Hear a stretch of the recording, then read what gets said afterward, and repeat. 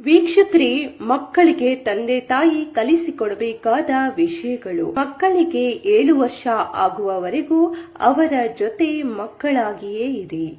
7 ವರ್ಷ ಆದ ಮೇಲೆ ಮಕ್ಕಳ ಪರಿವರ್ತನೆಯನ್ನ ಗಮನಿಸಿ. ಮಕ್ಕಳು ತಪ್ಪು ಮಾಡಿದ್ರೆ ಹೊಡೆದು ಬೈದು ಬುದ್ಧಿ ಕಲಿಸಿ. ತಪ್ಪಿಯೂ ಮಕ್ಕಳ ಇಷ್ಟದ ಪ್ರಕಾರ ನಡೆದುಕೊಳ್ಳಬೇಡಿ.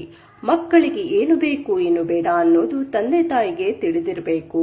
ಮಕ್ಕಳು ಇಷ್ಟಪಡೋದನ್ನೆಲ್ಲ ಕೊಡಿಸಬೇಡಿ. ಮಕ್ಕಳು ಮುಗ್ಧರಾಗಿರ್ತಾರೆ. ಏನು ಸರಿ ಏನು ತಪ್ಪು, ಅವರಿಗೆ ಏನು ಕೊಡಬೇಕು ಅನ್ನೋದು ತಂದೆ ತಾಯಿಗೆ ಗೊತ್ತಿರಬೇಕು. ಅವರು ಕೇಳಿದ್ದನ್ನೆಲ್ಲ ಕೊಡಿಸಿದ್ರೆ ವಸ್ತುಗಳ ಬೆಲೆ ಅವರಿಗೆ ತಿಳಿಯೋದಿಲ್ಲ. ಚಿಕ್ಕಂದಿನಲ್ಲೇ ಅವರು ಬಯಸಿದ್ದೆಲ್ಲ ಸಿಕ್ಕಿದ್ರೆ ಮುಂದೆ ದೊಡ್ಡವರಾದಾಗ ಬಯಸಿದ್ದು ಸಿಗಲಿಲ್ಲ ಅಂದ್ರೆ ಹತಾಶರಾಗ್ತಾರೆ. ಮನೆಯಲ್ಲಿ ತಂದೆ ತಾಯಿ ಹಾಗೂ ದೊಡ್ಡವರು ಮಕ್ಕಳ ಮುಂದೆ ಜಗಳವನ್ನ ಮಾಡಬಾರದು. ಇದು ಮಕ್ಕಳ ಮೇಲೆ ತುಂಬಾ ಕೆಟ್ಟ ಪರಿಣಾಮವನ್ನ ಬೀರುತ್ತೆ. ಮಕ್ಕಳಿಗೆ 10 ವರ್ಷವಾದ ಮೇಲೆ ಅವರ ಜೊತೆ ಸ್ನೇಹಿತರಂತೆ ಇರಿ. ಎಂತಹ ವಿಷಯವೇ ಆಗಿರಲಿ ಮಕ್ಕಳ ಮುಂದೆ ಮಾತನಾಡಬೇಡಿ. ದೊಡ್ಡವರ ಮುಂದೆ ನಿಂತು ಮಾತನಾಡಬಾರದು.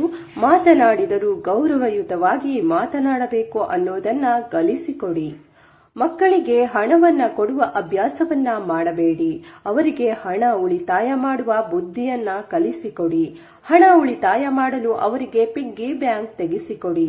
ಪ್ರತಿದಿನ ಅಥವಾ ವಾರಕ್ಕೊಮ್ಮೆಯಾದರೂ ಸ್ವಲ್ಪ ಹಣವನ್ನ ಕೊಟ್ಟು ಪಿಗ್ಗಿ ಬ್ಯಾಂಕ್ನಲ್ಲಿ ಹಾಕಲು ಹೇಳಿ. ಪ್ರತಿದಿನ ಸ್ವಲ್ಪ ಹೊತ್ತಾದರೂ ದೇವರ ಮುಂದೆ ಕುಳಿತು ಶ್ಲೋಕ ಭಜನೆ ಮಾಡಲು ಹೇಳಿ. ಇದರಿಂದ ಅವರಲ್ಲಿ ದೈವ ಭಕ್ತಿ ಮೂಡುವುದಲ್ಲದೆ ಕಷ್ಟಕರ ಶಬ್ದಗಳ ಉಚ್ಚಾರ ಚೆನ್ನಾಗಿ ಆಗುತ್ತೆ. ಮಕ್ಕಳಿಗೆ ಚಿಕ್ಕಂದಿನಲ್ಲಿಯೇ ಅವರ ಕೆಲಸಗಳನ್ನ ಅವರೇ ಮಾಡಿಕೊಳ್ಳೋದನ್ನ ಕಲಿಸಿ.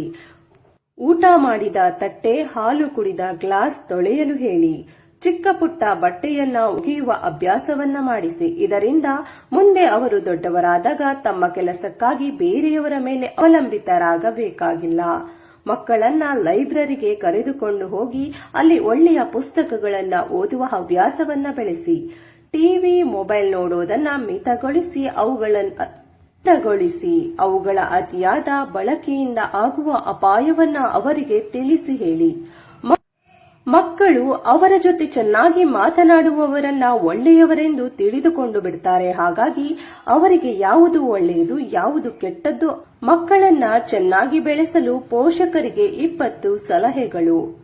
ಊಟದ ಸಮಯದಲ್ಲಿ ಟಿವಿ, ಮೊಬೈಲ್ ನೋಡುವುದನ್ನ ಬಿಟ್ಟು ನಿಮ್ಮ ಮಕ್ಕಳೊಂದಿಗೆ ಹರಟೆ ಹೊಡೆಯುವುದನ್ನ ರೂಢಿ ಮಾಡಿಕೊಳ್ಳಿ.